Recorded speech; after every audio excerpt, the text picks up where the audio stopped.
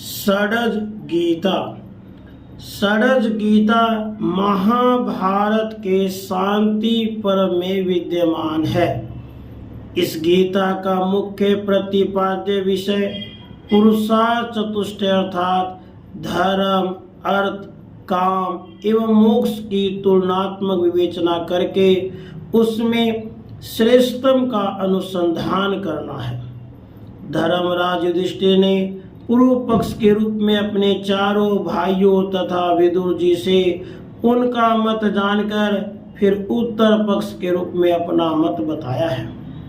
फलतः इस छोटी सी गीता में जीवन के सभी पक्षों से संबंध तर्कों का विश्लेषण भी है और निष्कर्ष स्वरूप मोक्ष प्राप्ति का गुप्त उपाय ज्ञान भी बताया गया है। पांचों पांडव और छठे महात्मा विदुर के विचार ग्रथित होने से इसे षडज गीता कहा गया है। इसी षडज गीता को चलिए श्रवण करते हैं। वैशंपायन जी कहते हैं, हे जन्मेजय, यह कहकर जब भीष्म जी चुप हो गए तब राजा युधिष्ठिर ने घर जाकर अपने चारों भाइयों और पांचवें विदुर जी से प्रश्न किया। लोगों की प्रवृत्ति प्रायः धर्म, अर्थ और काम की ओर होती है। इन तीनों में कौन सबसे श्रेष्ठ, कौन मध्यम और कौन लघु है? इन तीनों पर विजय पाने के लिए विशेषतः किसमें मन लगाना चाहिए? आप सब लोग हर्ष और उत्साह के साथ इस प्रश्न का यथावत रूप से उत्तर दें और वही बात कहें जिस पर आपकी पूरी आस्था हो। तब अर्थ की गति और तत्व को जानने वाले प्रतिभाशाली विदुर जी ने धर्म शास्त्र का समन करके सबसे पहले कहना आरंभ किया। विदुर जी बोले, राजन, बहुत से शास्त्रों का अनुशीलन, तपस्या, त्याग, श्रद्धा, यज्ञ कर्म, क्षमा, भाव शुद्धि, दया, सत्य और संयम, ये सब आत्मा की संपत्ति है। युधिष्ठिर, तुम इन्हीं को प्राप्त करो। इनकी ओर से तुम्हारा मन विचलित नहीं होना चाहिए। धर्म और अर्थ की जड़ यही है। मेरे मत में यही परम पद है। धर्म से ही ऋषियों ने संसार समुद्र को पार किया है। धर्म पर ही संपूर्ण लोक टिके हुए हैं। धर्म से ही देवताओं की उन्नति हुई है और धर्म में ही अर्थ की भी स्थिति है। राजन, धर्म ही श्रेष्ठ गुण है। अर्थ को मध्यम बताया जाता है और काम सबकी अपेक्षा लघु है, ऐसा मनीषी पुरुष कहते हैं। अतः मन को वश में करके धर्म को ही अपना प्रधान ध्येय बनाना चाहिए और संपूर्ण प्राणियों के साथ वैसा ही बर्ताव करना चाहिए जैसा हम अपने लिए चाहते हैं। वैशंपायन जी कहते हैं, विदुर जी की बात समाप्त होने पर धर्म और अर्थ के तत्व को जानने वाले अर्थशास्त्र विशारद अर्जुन ने युधिष्ठिर की आज्ञा पाकर कहा। अर्जुन बोले, राजन, यह कर्म भूमि है। यहाँ जीविका के साधन भूत कर्मों की ही प्रशंसा होती है। खेती, व्यापार, गोपालन तथा भांति भांति के शिल्प, ये सब अर्थ प्राप्ति के साधन है।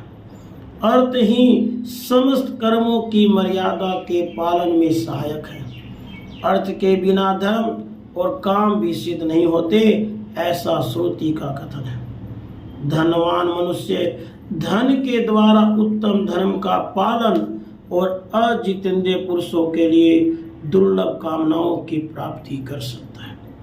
श्रुति का कथन है, धर्म और काम अर्थ के ही दो अवयव हैं।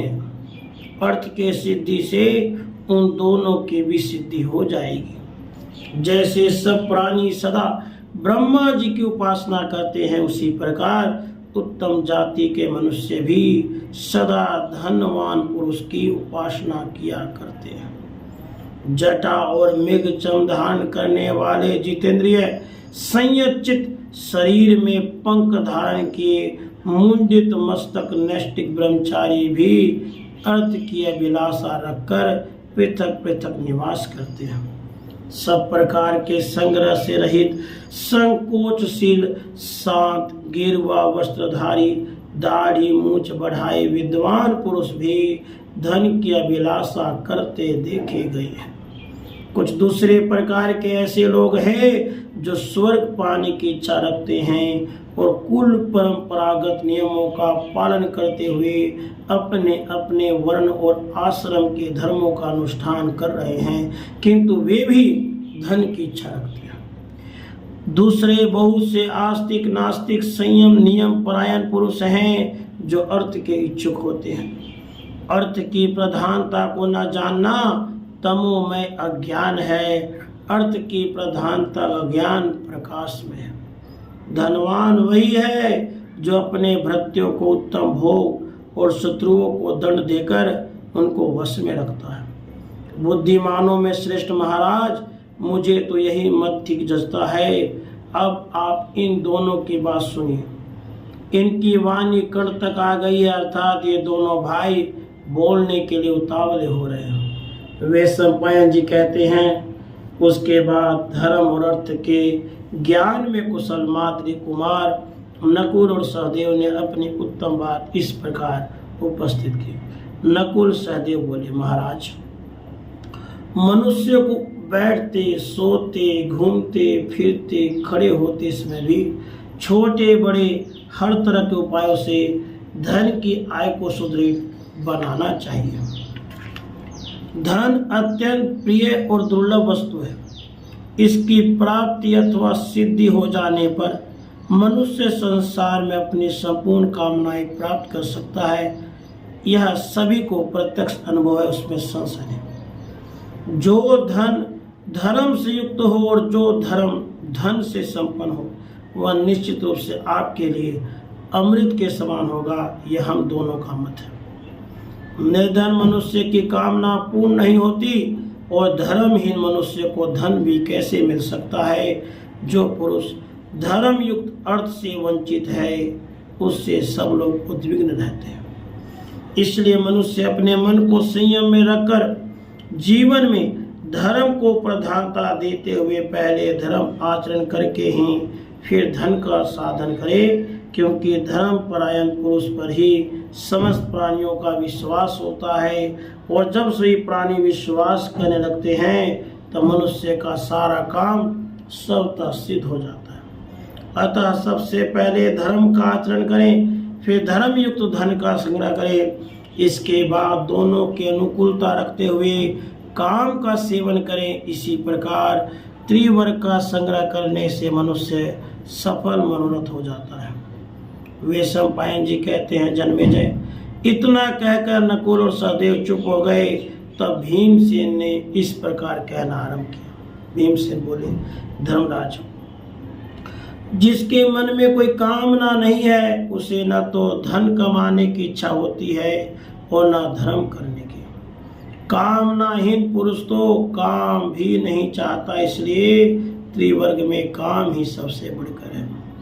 किसी न किसी कामना से संयुक्त होकर ही ऋषि लोग तपस्या मन लगाते हैं, फल मूल और पत्ते चबाकर रहते हैं, वायु पीकर मन और इंद्रियों का संयम करते हैं।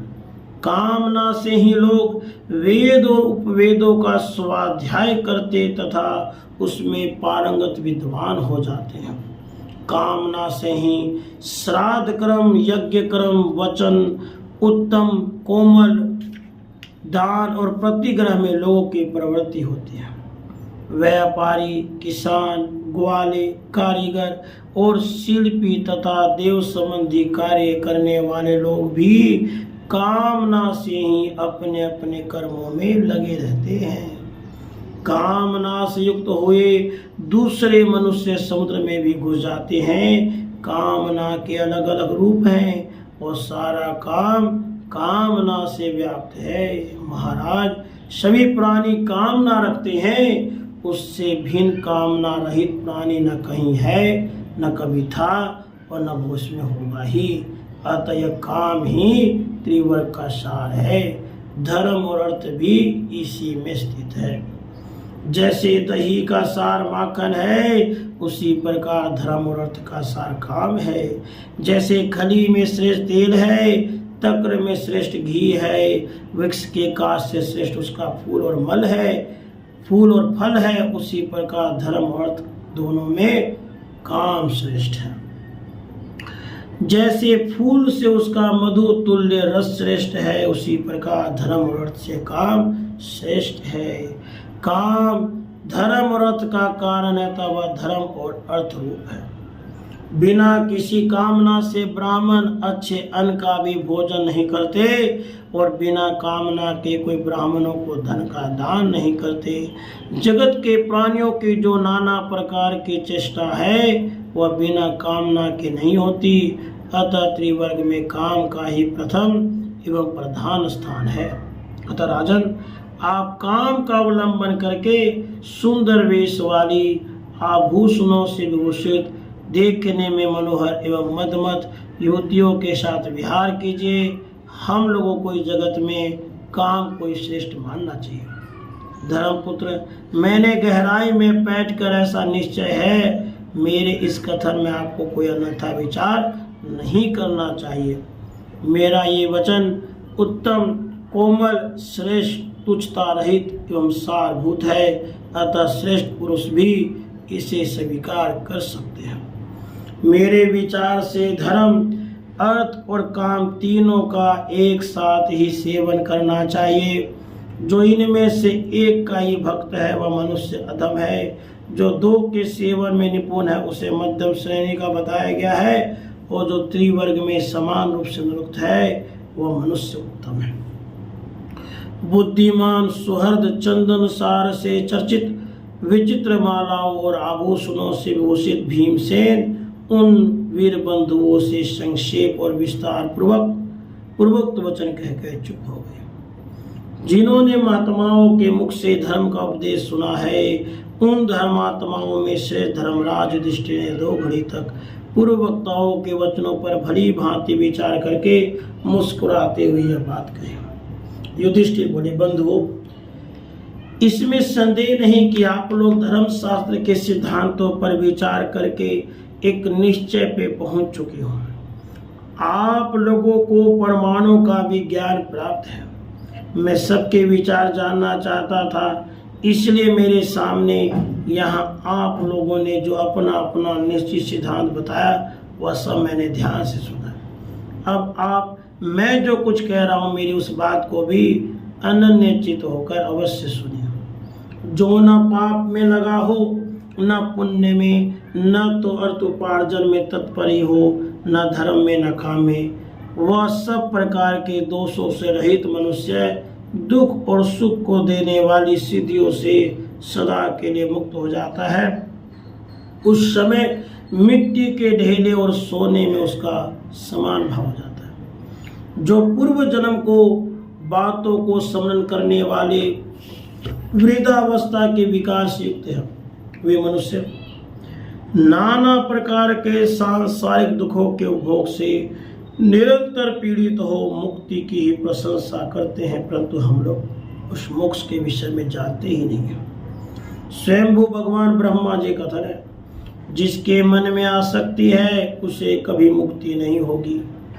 आसक्ति शून्य ज्ञानी मनुष्य ही मोक्ष को प्राप्त होते हैं। अतः मुमुक्षु पुरुष को चाहिए कि वह किसी का प्रिय अथवा प्रिय न करे।